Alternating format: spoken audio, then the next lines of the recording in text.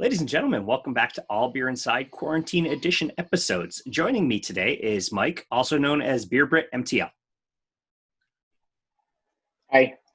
Thanks for joining us today. Thanks for allowing us to interview you. No problem. I'm looking forward to it. So since we're sharing a virtual beer, what are you having today on the show? I am drinking the Série Wanted the Chai from À la Fou, the newest version, number 4. I think it's a Grisette au Griottes. Yeah. It's this color. It's beautiful. I've got from Microbrasserie de Lièvre, the Blonde Death. Nice. It's a tea and lime beer. Oh, so looking forward to trying it. And as we virtually do on the show, a toast. Cheers. Cheers, everybody. Oh, yeah. Oh, that's good. That's good. It's like a tastier Bud Light lime. Anything's a tastier Bud Light lime. Yes, really. That's true. Yeah, this is very cherry. Nice, really distinct cherry and a bit of wood, which is nice. Excellent. So, what's your story? What got you into beer Instagram? It's kind of, I guess, a long-ish story, and I mean, obviously, I'm not from Canada, so I kind of fell into it backwards there. I was more into like Euro lagers when I was at university, and Stella was, I think, my first beer. Got into cider, kind of. I was at university in Bristol, and it's well known for its cider down there. But I got into beer just only kind of recently, about 2-3 years ago, while here. I've been drinking a few, once when I first got to Canada, I was drinking Boreal IPA because it was the cheapest, strongest thing I could get at the bar. But that kind of created I liked to have the more bitter kick. I'm still really majorly into the West Coast and really hoppy, punchy, bitter IPAs if I can get them. But obviously, kind of it's gone a different way since then. Mm-hmm. But just kind of through series of different influence, different people, some of my friends. I once got the Passeport en Fou. That kind of helped me. I thought it was an interesting idea. Ended up touring a lot of places. Went to Four Origins when they opened. They were just down the road from me, so I got in that way. A few people took me to Saint Blanc, places like this. So I slowly started tasting beers at these more accessible bars, and then just fell into kind of buying myself a bunch of beers each week from a local store. And I started out at Untappd. They advised me, and then kind of it's gone crazy since then. Yeah, I'm a hop, skip, and a jump from multi-hops. It's fantastic. Yeah. So the lineup outside is a bit of a pain in the butt right now because of limited capacity due to COVID-19 crisis, but it is what it is, and I'm still able to get my select beer, which is fantastic. So you mentioned somebody brought you into the craft beer industry. How did you find that? Well, I'm not so much into the industry. I have a relative of my wife has been in the beer scene for a long time. He's very into beer. His name's Etienne, if he's watching.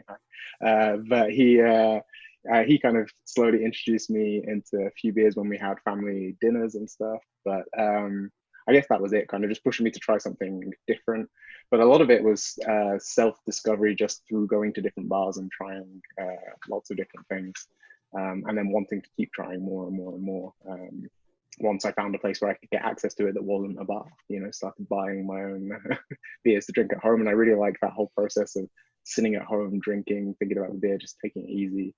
I just kind of fell into it from there. Yeah, and we actually met in person at Brewtopia, thanks to Jordan. Yes. Hopefully I can interview them when it's, as I'm going to call them, back to the brewery edition episodes. Yeah. When it's safe for us to all get back together and enjoy a beer without having to worry about this terrible virus that's out there right now. So no, it's nice that they're slowly starting to open back up again. I'm looking forward to my first terrace beer soon enough. See if for sure. That all goes well. And you're going to be right next to one of the biggest patios in Quebec. So oh yes, yeah, exactly. So it's going to be, hopefully the summer is partially saved, even if it's a bit of a distance and a bit weird to be served in a mask or a visor. I'll take what I can get right now. It's the same thing at the LCBOs in Ontario. It's there's a little slot for them to scan your stuff, and then they box them for you. So yeah, no, I'm glad it's at least for one thing, there's been a bit more delivery in the neighborhood and things like that. I think hopefully some elements of what's had to happen will stick around, like people selling for pickup and ordering online and things like that. Will hopefully they'll stay in the future too, as well as just being able to actually physically go to the bar or the brewery and buy the beer yourself. Yeah. Well, what I've seen in Ontario, and I think it's Alberta, they can actually, the breweries deliver themselves. Okay. They don't have to go through a store like we do here. But they also have liquor commissions, which we don't, except for hard alcohol. So maybe in the future. Hopefully. These places are adapting to the current normal, and I'm very thankful for that. So yes, exactly. Perfect. So Beer Brit MTL, what made you decide that handle? Oh, well, I owes a lot to Eric, Beer Guy Montreal. I just ripped him off completely, and he knows this story. And I figured I would put Brit in there because I'm British, and why not? I thought it was something unique, like a British guy with perspective on Quebec beer. I also thought it would be weird when I first started posting and I have someone, bring out some English phrasing in there, and people are like, why are you talking like a British person? So I wanted to make it obvious. And since then, I've gone a step further with kind of creating a logo with the British flag in, just to make it clear that this is my background, this is my origins. You get a lot of flack from Canadians and Americans asking why you use the letter U in color and government. It's at least the Canadians are good on the U. It's the SZ thing I can't get over. I'm never going to use a Z if I don't have to. Perfect. So you're very descriptive. The imaging is beautiful on your Instagram, and you're very descriptive with your comments. Where's that creativity come from? Yeah, so that really started in kind of since last summer. I really put more effort into doing it. Like I said, I really like just having a beer and thinking about it, tasting it if I get the time. And actually, that's one of the great things of this whole kind of lockdown period, has given me the actual time to do that. Earlier, before then, I was running around to, different events, different places. I was drinking as much, but I wasn't sitting down and thinking about it and writing about it. And I like that process. I write on a daily basis. I'm a PhD student, so I've just finished my thesis. It's about 150,000 words, something like that. So it's like 450 pages. So I kind of, this is an outlet for me to keep writing, but about something else that I care about. It's not, I'm a history student, so not history. I'm writing about beer instead. Hopefully one day I'll combine those two passions and write about the history of beer, but we'll see. Oh, you have a long history to work with, since the origins are sometime in Mesopotamia. So you got about 6,000 beer years. Existed before. Yeah. Beer existed before written records, so beer is older than history. So. Yeah. I think you have about 6,000 years to work with, so you should be be concise. This one will be a bit more concise. Perfect. Now, coming from England, I'm guessing, since you said British, to Canada, were you privy to the beer scene in England, or was that just kind of like you go to your typical pub and then have a ESB type thing? I moved here 6 years ago. I think 6 years ago this summer. I think I kind of missed the craft wave back in the UK, or at least it was still pretty underground, and I didn't know too much about it back then. For me, it was like craft cider, like artisan ciders, and then cask ales and stuff. My grandpa and my brother are really into the traditional cask ales. But when I was at the bar, it was while I was at university, I was ordering whatever was less than £3 would get me drunk. So it was often like the cheap lagers. And I've since rediscovered that the lager can be good now. And Pilsners, with this whole wave of Pilsners and lagers coming out recently. But yeah, I wasn't so much into it. So that's, again, it was kind of a big discovery. It was a big part of finding that there was so much craft beer in Quebec. It wasn't just the Boreal I was drinking, or like the 4-pack of Saint-Ambroise I pick up for a party. It was like, I tried when I moved here, I tried to drink local because I thought it was interesting. Why would I come to Canada and keep buying cores or something like that. Like I was buying whatever I could get that was from Quebec and Montreal, and then that kind of just hyper focused to be into this craft industry. Yeah, and Boreal themselves have really gotten into the craft game recently too, as you've seen. Definitely. So the show themselves, we actually interviewed them real quick, their representative at Cuvée that day, and it's like, you guys never had this when I was started with Boreal. Yeah, exactly. And they're still independent breweries. They're kind of, I like that. Like, they have this kind of production capacity now, but are still focusing on trying to do good craft stuff that's accessible to everyone. You can pick it up in the supermarket. Yeah, if you need to. I've seen the building they're in. It's huge, so they have the room they had the room to grow, and they took advantage of it, which is very nice. As well, Saint Ambroise is constantly coming out with a new yearly beer, if not something else. Plus the Russian. The yearly Russian Imperial stuff they come out with is something else to write home about. The little annex nano brewery they have there. Yeah, see that? When I first started going to Saint Ambroise Terrasse, that annex didn't exist. And then they're like, we finally have a bar you could go to all year round. Finally. You're very, you hashtag Sud Best a lot. Maybe tell the people what that's about. So I'm still an outsider, but I've been living in the Sud-West of Montreal for the last 6 years. I've moved around a lot. I'm moving this weekend again. This will be my 4th place in 6 years, but it's you know how it can be in Montreal sometimes. Mm-hmm. But this one will be permanent, at least.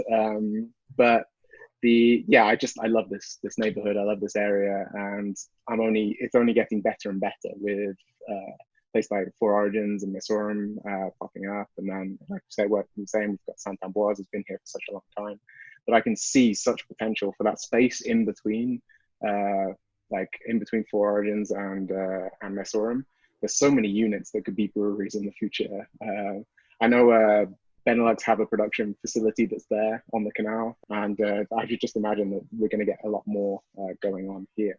So I'm very proud of the area I live in, so I want to promote it. Yeah, it is a weird little mix of residential and commercial. You can see the potential, even the creation of Riverside next to the old malting factory, just using that outdoor space. There's room for all these guys to pop up and start businesses. Even Saint Taverne, they're in a train yard that was converted to business. It's, I went to see them last week. Actually, I picked up their Ghost Town for one of the release they had. It was good. It was the first time I've been there for a while. I often go there to work in the summer. I like to work on terraces, being free to do work as I want as a PhD student. I often do the old Hemingway, like write drunk, edit sober, and see what happens. It worked, so Just as long as you don't Twitter drunk, you're okay. Yeah. Drunk Instagramming is that's dangerous. Drunken Instagram is fine. So perfect. Yeah, along that Lachine Canal is something else, especially now, because you could start at Four Origins and then work your way down. And I did for my friend's bachelor party last summer. We did a crawl. It was unfortunately about 2 weeks before Messorum opened, but we did the Terrasse Saint Ambroise. We went to Circa, the distillery, for a tour there. Then we went to Riverside, like you said, then down to there's Brasserie de Montréal as well, and in Griffintown, and then Four Origins. So it's a pretty good route.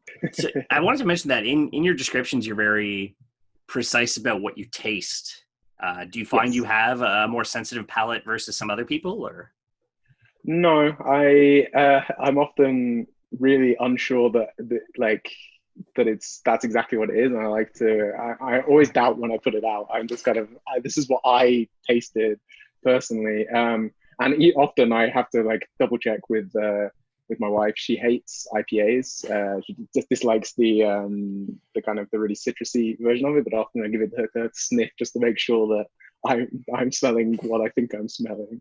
I should probably get into eating more fruit so I can understand which fruits I'm smelling, right? I always feel that's probably an idea. But I don't believe that I have a particularly refined palate. I just think I can put a good description together. That's okay.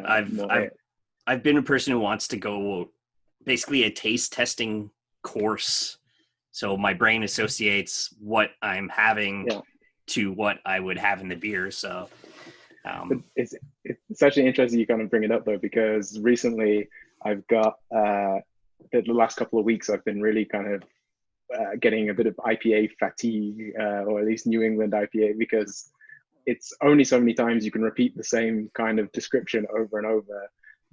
Even if they're really tasty all the time, but it bears down on the kind of on the palate and I just want to have something different. So for the last few weeks, I've just been buying sours, saisons, different kind of more summery beers that I could just have a bit of variety in what I'm tasting. I think that's always fun. Yeah, and you mentioned lagers earlier. I was at the LCBO last week, and I'm like, you know what? It's a lager weekend, so just lager, and each one of them has a little bit difference to them, where I can taste the difference. But it's like it's nice, it's clean. I know how much of a pain in the butt it is for these guys to brew a lager and get it out clean like that. So I truly appreciate that kind of thing. And whenever I am doing a tasting at a new brew pub I've never been to, if I see a lager on tap, that's the first thing I'm grabbing, because that's what you should, because if that's their base beer, the rest should be good. Yeah, exactly. Yeah, it's a good way of testing it. At least, at the very least, it's a good thing to have in between a couple of IPAs, so you can appreciate all your beers equally, right? Yeah. Basically, clean the palate with a beer. Yeah, exactly. But like in a good way, just by having something completely different. I often have the kind of order I want to go in. I'll normally kick off with some kind of IPA. Always end up on a stout and then probably end up getting something funky right at the end. But I like to break it up as I go through, not just to kind of bombard myself with haze or intense flavors all the time. It's nice to relax a little bit. Have you collabed with any breweries with your Instagram to maybe make a beer or anything like that? Not to make a beer. I've kind of chatted about it a couple of times, but no, not officially. I would love to do it if anyone's watching and fancies doing. I would love to do a beer Brit Montreal, something really, because Bret is British fungus, right? So I'm the guy to rep that. Well, there are a lot of beers with bread and nomsies out there. I find Trois Mousquetaires uses it a lot. So yeah, even this one I'm drinking has a little touch of it, which is nice. Perfect. Do you brew yourself at home? I've done one of those kits. I got it for a present. Brewed an IPA, but the way it fermented weirdly, and I wasn't patient enough, so it ended up coming out more like a Belgian-y IPA. It was quite spicy. It was drinkable. And I brought it to a party and people didn't complain too much, but I think that's because it was free beer. But yeah, I haven't brewed since then. I want to do it again. Yeah, it's just like the cleaning and the tediousness of like the prep work, I guess, versus the actual enjoyment at the end. So exactly, and this was like it's a small apartment. It's one of those Brooklyn brew shop kits, and I'm kind of in a small apartment. It's a bit difficult to find space to do it and find a weekend where I can make the entire apartment smell of a brewery. Is maybe not the most popular decision to do that. Especially if you're in an apartment building and you have fans who don't enjoy that smell. Exactly. Wafting through it everywhere. Yeah. Perfect. Some of your favorite beers out of the Southwest? Oh, so that's tough. I mean, I always rep Four Origins, like I'm wearing their shirt today, but I like their beers. I like them all because they're kind of this, like, you can just get into them easy. I love going back to them all the time, and they have such a great variety there too. I couldn't name my favorite actually. I always flip between what I want there, and it's great because you can always just kind of have a bit of everything. I saw them also. Again, say it's everything I've had from them has been fantastic too. I guess the beer that rep the Southwest best was that Traitement de Canal, the collab they did. Yeah, I crushed 8 of those a couple of weekends ago. Yeah, I felt it because it's 6%, but yeah, that beer was fantastic. Not the best one to come out, but it's definitely representative of this area. I also like the Botanique, the Four Origins from the Southwest, because of obviously you've got Circa being involved in there with contributing the botanicals there. So when we went to round Circa, they showed us all the botanicals that they were using in their huge fridge. It's been a cool idea for a collab, definitely. Yeah, that'd be great. And Yeah, I mean, I've enjoyed a lot of Four Origins beers. I've enjoyed a lot of Masorum's beers. I look forward to going back to the breweries to drink Yeah, at the breweries. Some nights I'll just be drinking the crumpet all night at Four Origins. There's just yeah, something about that English brown ale, and I'm just like, yep, this is exactly what I needed. So yeah. It's for me. It's like a cozy place to go back to. It's not maybe objectively like there's fantastic beer all over Montreal, and I'm kind of very subjective. I'm attached to it as like a local place and friendly people, great vibes and stuff. I'm not saying it's definitely the best beer in Montreal. I'm not saying it's the worst beer in Montreal. It's fantastic, Michael Keegan and everyone. You do great beer. I just I kind of it's my favorite. That for me is the sub best kind of. And then Mesorum as well. People will argue that they are the best in Montreal, and I love them too. I can't wait for them to be back open. I love that space, and it's kind of a shame that they can't reopen yet. so speaking, when COVID's done, when we can travel safely again, beer vacation you've never been on that you've always considered going on. So this summer was supposed to be a Gaspésie road trip. We did the Maritimes last year. We went to Nova Scotia, New Brunswick, and ended up doing a big beer tour. Every town had a brewery in, so why not? But this year was meant to be Gaspésie, but obviously Corona's got in the way. But we're going out kind of a little short trip to the Eastern Townships. I always love going out there for beers. We're going a bit further east, more towards like Magog and Orford this time. So there's a few breweries around there, but I want to stop in at Robin again and Brasserie de la Ferme as well. Kind of get some more of that wild, funky stuff from out there. Anything outside Quebec that you'd like to do that you haven't? I mean, yes, I'm not too familiar. I guess I would love to go to. I've never been to Vermont. I've been through. I've stopped through. I've stopped in Burlington, but it was before I was really into beer, unfortunately. But I haven't been since. I don't drive on the wrong side of the road, so I haven't been on big road trips yet. But and I don't have a car, so that makes it a little bit difficult to get to these places. It has to be like a dedicated trip. But I would love to go to Vermont too, and maybe even further into Massachusetts and stuff. I've seen some. Go and taste the original New England IPAs at least. Maybe once my IPA fatigue's over. That would be There's a lot. I mean, Phil, who you've met, our videographer, he goes down to Boston yearly for a work trip, and he always brings back Treehouse and Trillium. So yeah, I think that's what I would like to go and I'd like to go to Maine as well. I've got family who moved to Maine, so go and visit them, go to Portland, try out some of that stuff too. I stopped in briefly in Maine on my way to the Maritimes, and there's good stuff there too. Yeah, I've personally never been to the Maritimes. It's part of my eventual beer tours, Gaspésie, because for some reason I'm never able to find Oval anywhere when it's like sold out immediately. So maybe just finally go to the brewery and buy the beer and bring it back. Yeah, so. I saw photos. Now they're back open. There was a queue at 9 a.m. Yeah. So, it's always going to be difficult to find that Oval. I was lucky I got my hands on 3 at the Atwater Market. Thanks for tip off. So I've saved one of those bottles still got one left, the Grisette, because I'm team Grisette all the way. I'm saving that for a proper special occasion. Yeah, I've got the Kanawaki barley wine, which is very popular on beer trading things, and I'm like, no, it's gonna, when COVID's over and me and the guys can get together again, we're gonna enjoy this year and a half full of barley wine. So perfect. So what's next for your Instagram? How do you plan on growing yourself? Ooh, well, I haven't kind of thought about it too much. I'm just kind of plodding along. For me, it's still like I'm just surprised about that I found a following and have any kind of popularity on this. I'm just kind of posting for my own enjoyment and my own artistic benefit, like just kind of justifying that I'm spending this much money on on craft beer a little bit, just to make it into a hobby. But like, I guess I'm just going to keep posting. I've been getting into other things, like I've been trying more like Quebec natural wines, Quebec ciders recently as well, so maybe branch a little bit more into other beverages, but I think I'll be sticking to kind of beer and trying to keep up the writing and improve the writing, and the photography too. Like that's always a bit of a challenge. I'm still working with my phone, but kind of maybe branch out and try some more cool things. But, yeah.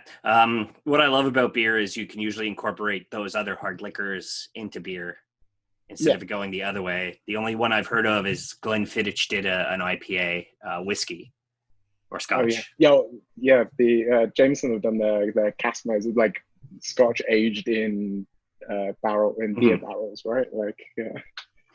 But you never hear like, I mean, you had me at Merlot from La Brosse, yes, including wine must. You've never heard of a Merlot being aged in beer barrels or something like that. So no, but I'd love to see more kind of beer, wine, cider collabs going on. At least that'd be really, really interesting. I had, I think Brasserie Générale did a kind of cider beer. It was like it was a hybrid. I had it over Christmas actually, and that was interesting. I couldn't tell if it was a beer or a cider. It was kind of that fine line between the two. Interesting one. I can't remember exactly. I think it was aged on apple must again.